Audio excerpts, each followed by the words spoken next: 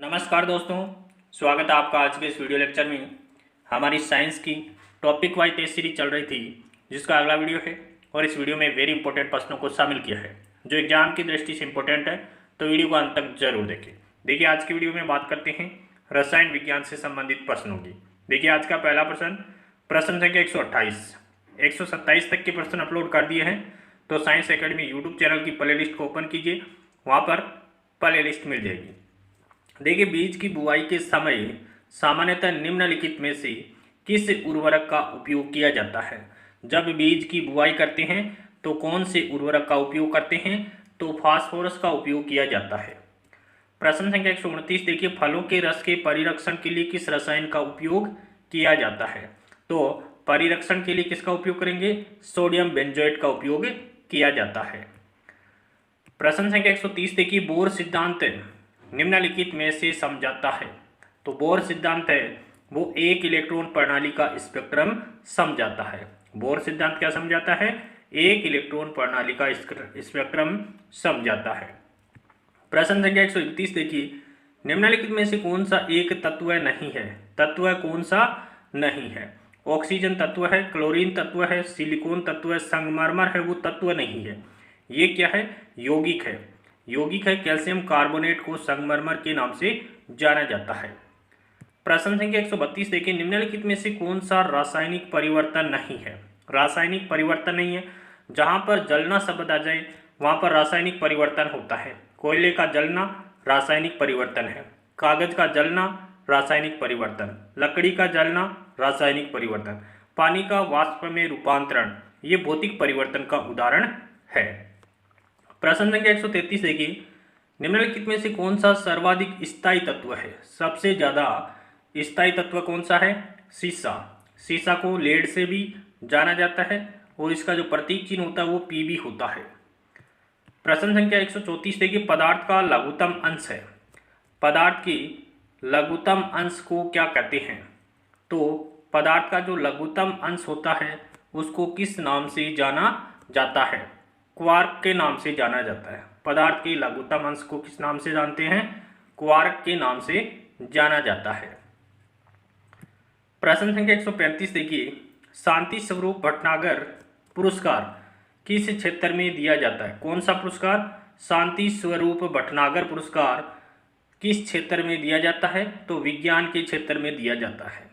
प्रश्न संख्या 136, एक तत्व जो सभी अम्लों के लिए सामान्य है। तो सभी अम्लों में हाइड्रोजन पाया जाता है, जैसे H2SO4 हाइड्रोजन है, HCl हाइड्रोजन है, HNO3 इसमें भी हाइड्रोजन है। ये सारे क्या है, अम्ल है। प्रश्न संख्या 137, देखिए, प्रकाश संश्लेषण है। प्रश्न संख्या 137 यहाँ पर है, प्रकाश संश्लेषण है। तो प्रकाश संश्लेषण किस प्रकार की रासायनिक अभिक्रिया है। तो प्रकाश संश्लेषण में प्रकाश का अवशोषण होता है और जिन अभिक्रियाओं में प्रकाश का अवशोषण होता है उन्हें ऊष्माशोषी अभिक्रियाएं कहते हैं। तो एक ऊष्माशोषी प्रक्रम है। प्रश्न संख्या 138, देखिए, लोहे की चूर्ण एवं बालू के एक मिश्रण को अलग कर सकते हैं। लोहे का चूर्ण है और बालू है, तो चुंबकीय पृथक्करण विधि के द्वारा अलग किया जा सकता है। प्रश्न संख्या 139, देखिए, दहन एक प्रक्रम है। दहन एक प्रक्रम है जिसमें ताप भी उत्पन्न होता है और प्रकाश भी उत्पन्न होता है। ताप और प्रकाश दोनों उत्पन्न होते हैं। प्रश्न संख्या 140 है, कपूर का आसानी से शोधन करने वाला प्रक्रम है। तो कपूर है उसमें ऊर्ध्वपातन का गुण पाया जाता है। कपूर है वो ठोस से सीधे गैस में परिवर्तित हो जाता है। प्रश्न संख्या 141 है, लेड एसिड सेल में किस तरह की ऊर्जा संचित होती है। लेड एसिड सेल में किस तरह की ऊर्जा संचित होती है, रासायनिक ऊर्जा संचित होती है।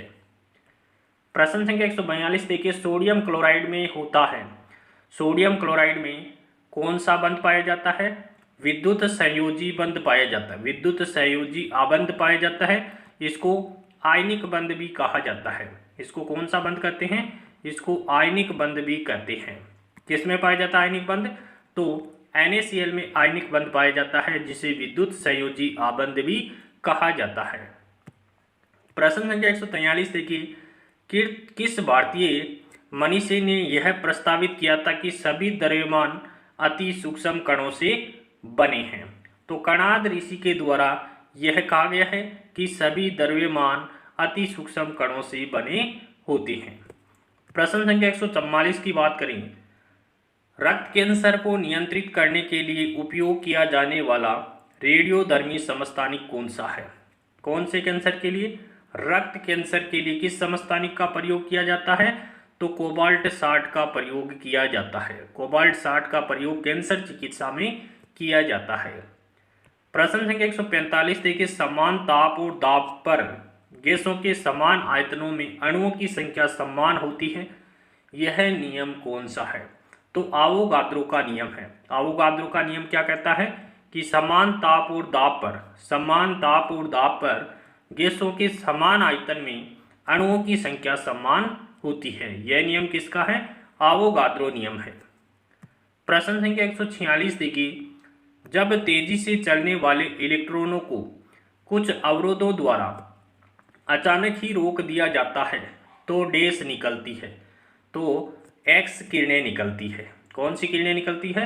एक्स किरणें निकलती है। जब तेजी से चलने वाले इलेक्ट्रॉन हैं उनको कुछ अवरोधों द्वारा अचानक रोक देते हैं तो एक्स किरणें निकलती है। प्रश्न संख्या 147 देखिए, किसी विद्युत अपघट्य से होकर विद्युत प्रवाह किसके गमन के कारण होता है? तो आयनों के गमन के कारण होता है। किसी विद्युत अपघट्य से होकर विद्युत प्रवाह किसके गमन के कारण होता है? दो शब्द ध्यान में रखना, विद्युत अपघट्य से होकर के विद्युत का प्रवाह आयनों के द्वारा होता है। केवल विद्युत प्रवाह की बात होती तो किसका नाम आ जाता? इलेक्ट्रॉन्स का नाम आ जाता, आवेश का नाम आ जाता। लेकिन विद्युत अपघट्य से होकर विद्युत का प्रवाह किसके द्वारा होता है? आयनों के द्वारा होता है। प्रश्न संख्या 148 देखिए, कुछ तत्वों की परमाणु की नाभिक स्वतः विखंडित होकर अन्य तत्वों के परमाणुओं में परिवर्तित होते रहते हैं, ऐसे तत्व होते हैं। तो ऐसे तत्व रेडियो सक्रिय तत्व होते हैं। कुछ तत्वों के परमाणु के नाभिक स्वतः विखंडित होकर के अन्य तत्वों के परमाणु में परिवर्तित होते रहते हैं, ऐसे तत्व रेडियो सक्रिय तत्व कहलाते हैं। प्रश्न संख्या 149 देखिए, शीशा संचायक बैटरियों में निम्न में से किसका प्रयोग होता है? शीशा संचायक बैटरियां हैं उसमें शीशे का प्रयोग किया जाता है। प्रश्न संख्या 150 देखिए, निम्न में से किस तत्व का परमाणु भार उसके अणुभार के दुगुने के बराबर है? तो हाइड्रोजन का परमाणु भार है वो उसके अणुभार के दुगुने के बराबर होता है। किस तत्व का परमाणु भार उसके अणुभार के दुगुने के बराबर होता है? तो हाइड्रोजन का होता है। प्रश्न संख्या 151 की बात करें, विद्युत संयोजकता में क्या होता है? आयन बनाने में परमाणु इलेक्ट्रॉन को त्याग अथवा ग्रहण करते हैं। विद्युत संयोजकता में क्या होता है? आयन बनाने के लिए परमाणु इलेक्ट्रॉन्स का या तो त्याग करते हैं या इलेक्ट्रॉन्स को ग्रहण करते हैं। प्रश्न संख्या 152 देखिए, भौतिक परिवर्तन निम्न में से कौन सा है? भौतिक परिवर्तन निम्न में से कौन सा है? भोजन पचाना रासायनिक परिवर्तन है। जलना शब्द आ जाए तो रासायनिक परिवर्तन है। कुकिंग गैस का जलना रासायनिक परिवर्तन। दूध का खट्टापन होना रासायनिक परिवर्तन। जल में शर्करा का घुलना भौतिक परिवर्तन का उदाहरण है। प्रश्न संख्या 153 देखिए, कौन सा भौतिक गुण मात्रा के साथ परिवर्तित नहीं होता है? तो घनत्व परिवर्तित नहीं होता है। कौन सा भौतिक गुण है जो उसकी मात्रा के साथ परिवर्तित नहीं होता है? घनत्व बदलता नहीं है, आयतन बदल सकता है, द्रव्यमान बदल सकता है, भार बदल सकता है। घनत्व है वो मात्रा के साथ परिवर्तित नहीं होता है। प्रश्न संख्या 154 देखिए, वायुपोत में प्रयोग के लिए हाइड्रोजन की तुलना में हीलियम बेहतर क्यों मानी जाती है? वायुपोत होते हैं उनमें हाइड्रोजन की तुलना में हीलियम का प्रयोग किया जाता है क्योंकि हीलियम कम रासायनिक सक्रिय है। हीलियम गैस है वो कम रासायनिक सक्रिय है।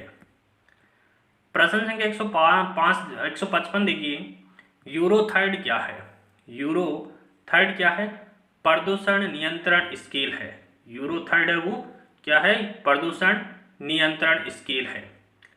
प्रश्न संख्या 156 है, निम्नलिखित कण एक ही गतिज ऊर्जा के साथ चल रहे हैं, उनमें से सबसे अधिक संवेग किसका है? तो सबसे अधिक संवेग किसका है? इलेक्ट्रॉन का है। निम्नलिखित कण एक ही गतिज ऊर्जा के साथ चल रहे हैं, तो सबसे अधिक संवेग वाला कण कौन सा है? इलेक्ट्रॉन का संवेग इन अन्य कणों की अपेक्षा सर्वाधिक होता है। प्रश्न संख्या 157 देखिए, सहसंबंध यौगिकों का प्राय डेश होता है। जो सहसंबंध यौगिक होते हैं उनका निम्न गलनांक एवं निम्न क्वथनांक होता है। निम्न गलनांक और निम्न क्वथनांक होता है किसका? जो सहसंबंध यौगिक होते हैं उनमें निम्न गलनांक और क्वथनांक पाया जाता है। प्रश्न संख्या 158 देखिए, जंग उदाहरण है। जंग किसका उदाहरण है? तो यौगिक का उदाहरण है। जंग लगने पर लोहे का भार बढ़ जाता है।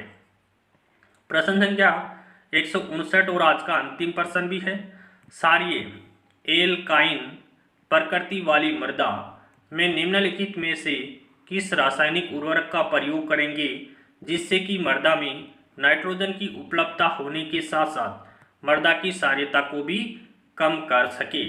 तो अमोनियम सल्फेट। अमोनियम सल्फेट का उपयोग किसके लिए किया जाता है?